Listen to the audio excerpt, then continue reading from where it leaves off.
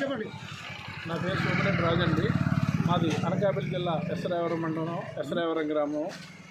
అయితే మేము గతంలో మా కుర్రాళ్ళు ఈ ఈటి జగదీష్ అనే పిఠాపురం నుంచి వైజాగ్లో ఒక మీటింగ్ పెట్టి ఇక్కడ మేము రియల్ ఎస్టేట్ చేస్తాను పెద్ద మేడంని తీసుకొచ్చి మా కుర్రాళ్ళతో పరిచయం చేసుకొని మా వాళ్ళతో భూముల వ్యాపారాలు అవి చేస్తామని చెప్పి పరిచయం చేసుకోవడం జరిగింది. తర్వాత నర్సీపట్నం డాక్టర్ గారి దగ్గరికి వచ్చి భూములు కొంటామని పరిచయం చేసుకున్న తర్వాత భూములకి స్టాక్గా వస్తున్నాయి, అమెరికా వెళ్ళిపోయే వాళ్ళు ఉన్నారు అని ముందు 5 లక్షలు అడ్వాన్స్ తీసుకోవడం జరిగింది. నిర్ధారణ శ్రీనివాసరావు తర్వాత అందరి వద్దను తీసుకున్న తర్వాత ఏమీ ఇవ్వకపోవడంతో పాప అంటే మోసపోయామనే విషయం తెలిసిన తర్వాత మా డబ్బులు మాకు ఇవ్వాలని అంటే అలా కాదు, అయితే ఇంకా డబ్బులు ఇవ్వండి, ఇప్పుడు ఏమన్నా మా దగ్గర డబ్బులు అవన్నీ పెట్టుబడులు పెట్టేసాము, మా దగ్గర అప్పుడు 2000 నోట్లు మా ఇచ్చే ప్రభుత్వం అనేది తీసేసే టైంలో ఉన్నప్పుడు మా 2000 నోట్లు ఉన్నాయి పట్టుకెళ్ళమని రమ్మనడం జరిగింది.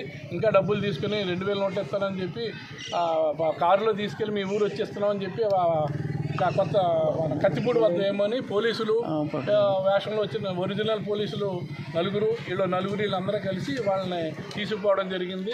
అదేవిధంగా శ్రీనివాసరావు అనే ఆయన దగ్గర ఒక 22 లక్షలు, తర్వాత మిత్రుడు కిషోర్ వద్ద బ్యాచ్ వద్ద 48 లక్షలు, అలాగే పాయికరావుపేట చెందినటువంటి ప్రసాద్ వద్ద జీడిపిక్కల వ్యాపారం చేసేవాడిని ఆయన దగ్గర 30 లక్షలు ఇలా తీసుకున్నాడు. ఈ విషయాలు గత సంవత్సరం బట్టి మేము పోరాటాలు చేస్తున్నాము.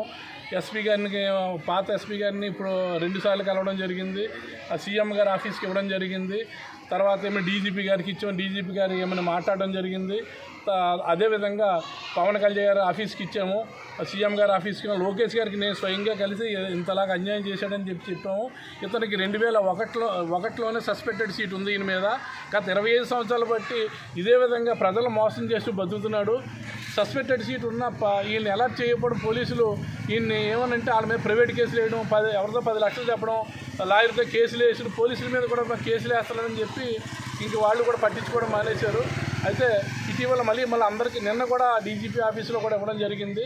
పవన్ కళ్యాణ్ గారికి, తర్వాత లోకేష్ గారికి, సీఎం ఆఫీసులోని మొత్తం ఎంతమంది అధికారులు ఉన్నారో అంతమంది అధికారికి, అనకాపల్లి జిల్లా ఆఫీసర్ ఎస్పీ గారికి, కలెక్టర్ గారికి, ఇక్కడ కలెక్టర్ గారికి అందరికీ ఫిర్యాదులు ఇచ్చిన ఇప్పటివరకు మాకు న్యాయం జరగలేదు.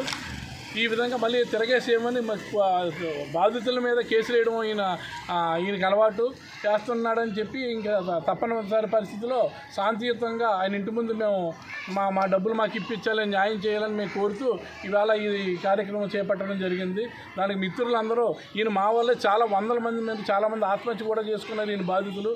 కాబట్టి పవన్ కళ్యాణ్ గారు ఉప ముఖ్యమంత్రిగా నియోజకవర్గంలో మా నియోజకవర్గ హెడ్ క్వార్టర్లోనే ఇటువంటి చీడపూరికి 21 సంవత్సరాలు బట్టి రౌడీ సస్పెక్టెడ్ సీట్ ఉన్న వ్యక్తి మీద కూడా చర్యలు చేపట్టడం మా దురదృష్టకరం. ఇప్పటికన్నా మీ మిత్రులు, మీడియా మిత్రుల ద్వారా పవన్ కళ్యాణ్ గారికి, లోకేష్ గారికి, అలాగే మా హోమ్ మినిస్టర్ గారిని కూడా మేము స్వయంగా కలిసి చెప్పడం జరిగింది. ఆవిడ కూడా న్యాయం చేస్తానన్నారు.